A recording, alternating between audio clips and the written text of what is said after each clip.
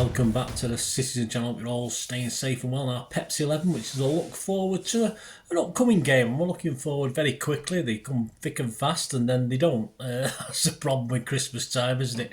We've got a Pepsi 11 City versus Sheffield United. It was a tight game at their place, start the season 2-1.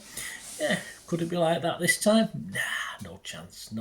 No, never. Well, certainly not going to Andy Morrison anyway, but we'll talk about that later. It's on the 30th of December 2023, match day 19, so we'll be halfway through the season. A 3 p.m. kickoff. I don't think it's on the telly either, so unless you're there, if you are there, give us a shout if you see me. If you're not going, you'll have to find a way of watching it, won't you?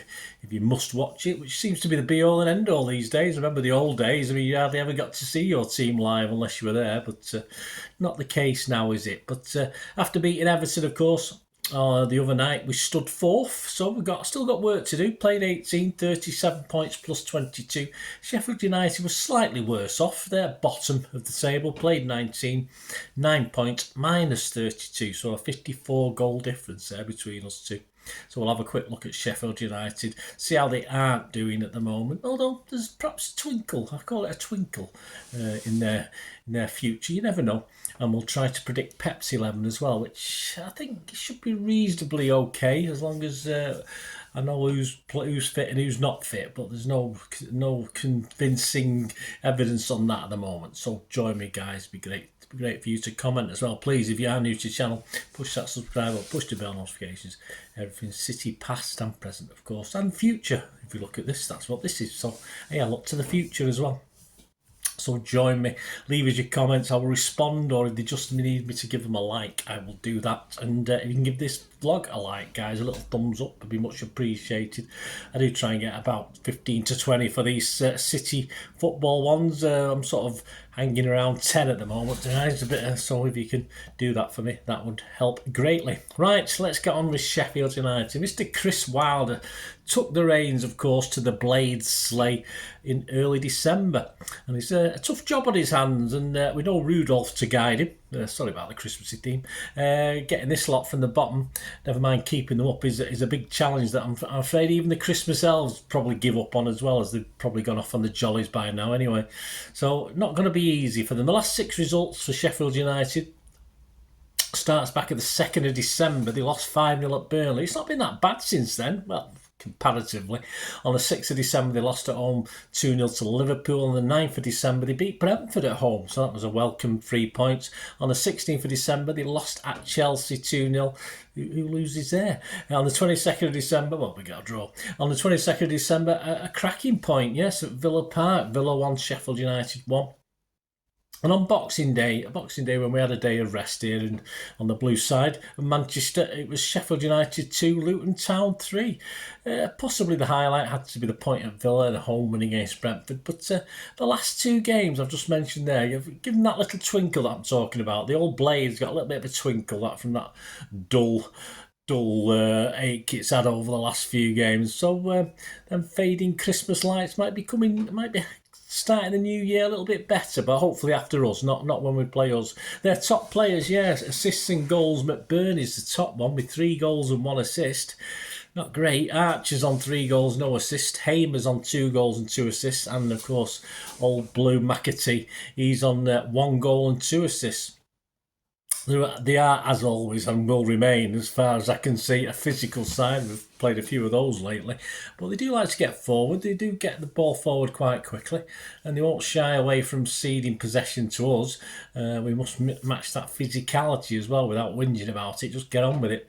As I said, there is a twinkle. Then this twinkle, they may count themselves a little unlucky in the last 2 games. A glorious and some say deserved win at Villa Park was clutch, snatched away from them with a late injury time equalised, like the Grinch coming and nicking Christmas. He nicked the 3 points off him at Villa Park. And against Luton at home last time, it looks as though they come back from a goal down, winning 2-1, and then 2 deflected own goals sealed the 3 points for Luton Town. So that old Grinch has been a bit busy, and perhaps he's gone now. Perhaps he's away, and they'll be able to improve, say, after this game, of course, against us. But we'll see. But, and it's always a big but, isn't it? Pep's World Champions should be too good for him at the Etihad. Of course we should. We're due a win at home, aren't we? Yeah, I mean, our last league win, believe it or not, was on the 4th of November, almost 2 months ago. 6-1 against Bournemouth. Remember that? Yeah. And since then, we've drawn 3 Premier League games. All right, we've had a couple of Champions League victories, I think. But we've drawn 3 Premier League games, and really, we should have won them. Simple as that. I don't want to be coming out of the Etihad this time being disappointed like I have been for the last 3 league games. So that brings us to our boys. That brings us to Pep's 11. So what does the squad against Everton tell us? Well, the squad was Ederson, Walker, Stones, Akanji, Ake, Rodri, Nunes, Bernardo, Foden, Grealish and Alvarez all starting. On the subs bench we had Ortega, Phillips, Kovacic, Gomez, Gvardiol, Bob, Susoho, Lewis and Hamilton. So it tells us we've got a few problems, and I think we still have. And now we've added Stones to that Crocs list. I'm not too sure that there's anyone else after that Everton game. I think everyone else came out of it okay. Of course, again, we've not seen anything, have we? They weren't on the bench. Haaland, Doku, and obviously KDB. I think we're still waiting for that, aren't we? But I can't see them appearing in this either. They weren't on the bench for this game. And of course, we've got Huddersfield the week after. The week after. So I think that game might be penciled in for 1 or 2 of these guys, but I just can't see it for the Sheffield United game. It's too close. It's too close to obviously what we've heard from Pep before the Everton game. Diaz is a puzzle, of course. If he was ill, how ill was he? If that was what the problem is, and not an injury and illness, and if he can't train, then he won't be starting this either. So there's another player gone. So, any changes to that 11 with someone on the bench? Well, only amongst the non-starters you could possibly see Lewis, Gvardiol and Kovacic. Of course, a couple of those came on. And Lewis starts coming into the reckoning for this game against Sheffield United. There's no need for Pep to rest anyone, unless there's a little bit doubt about fitness. Because, yeah, I mean, our next game's 8 days after this, so we don't need to do that. It's not necessary. With no Stones, will he be tempted to play both Walker and Lewis? I usually play one or the other in my teams when I think about it, but Pep has played both. Will he bring Gvardiol in as left-back, making Ake a centre-half? For me, Ake's a far better left-back than he's a good centre-half, don't get me wrong, but I'd rather see Ake at left-back. But Pep may consider Gvardiol gives us better options going forward. And will Pep stick with Nunes, or will he start with the more industrious Kovacic for this one, who of course came on and finished the game at Goodison Park? So very interesting. So even though it seems straightforward enough, as I say, I've ignored those guys, the question mark guys, including Diaz now. Obviously Stones has been added to the other 3. So I've ignored those for the starting 11. If any of those are fit, then I expect them to slot into this team somewhere.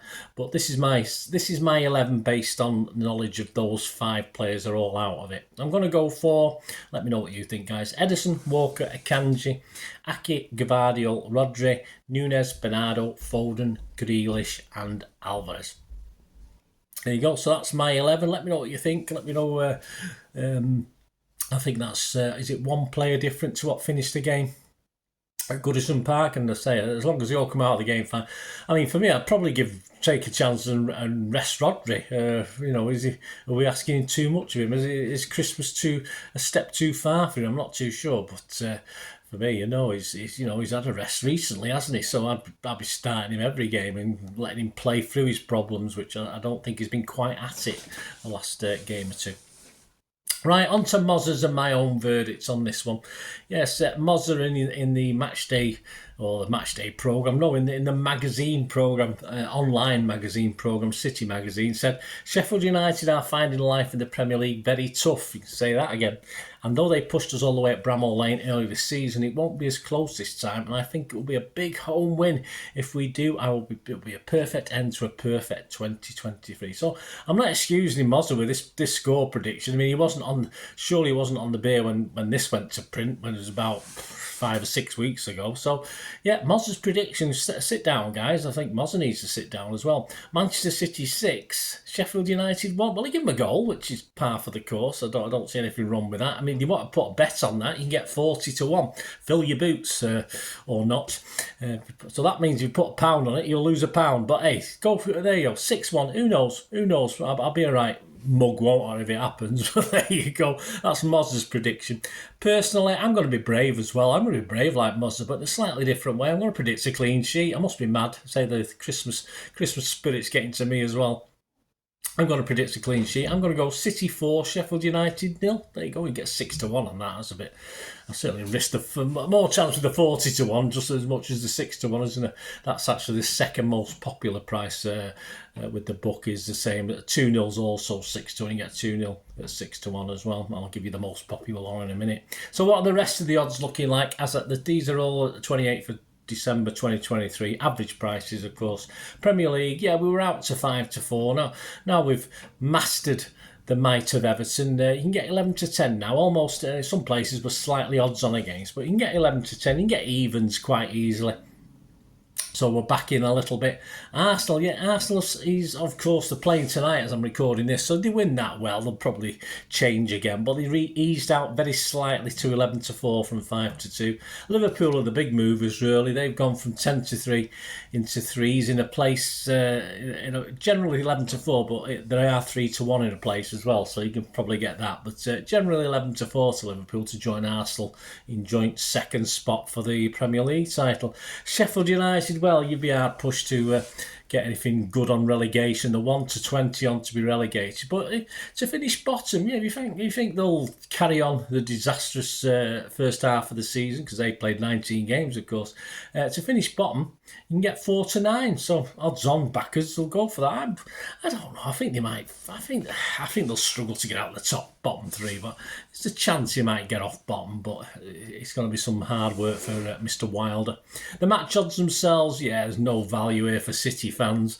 City 1-12 on to win. A draw is 12-1 against, and Sheffield United are 28-1 against. I've seen 33 in a place as well. And as I said, the most popular scoreline that most people are going with, according to the bookies, or what the bookies think anyway, is 3-0. You can get 5-1 at that. Well, there you go, guys. Let me know if you have any little flutter. Let me know what you're planning on doing. It'd be great to hear from you. Let me know your thoughts on Pepsi 11 and the reasoning and why fours. As I said, I've taken certain assumptions of certain players not being available for selection. So let me know your thoughts, and of course please check out my player rating show and talking point show, which are now separate if you've not noticed. They'll both be out Saturday, or both be out Saturday and Sunday. So depends how things go when I get back from the game. Sometimes things are a bit slower, sometimes they're a bit quicker, who knows, at this time of year. And then of course after that we'll look forward to the visit of Huddersfield. There's a special FA Cup special, City versus Huddersfield over the years, so have a look out for that. And of course the Pepsi 11 will be available probably 2 or 3 days before the game, not rushed out like this one with the games coming thick and fast. So join me for that, and I might be able to get a couple of history vlogs in as well, and a couple of programme reviews, etc. I didn't know that, which I know some of you like. So keep your eyes open, keep those buttons pressed.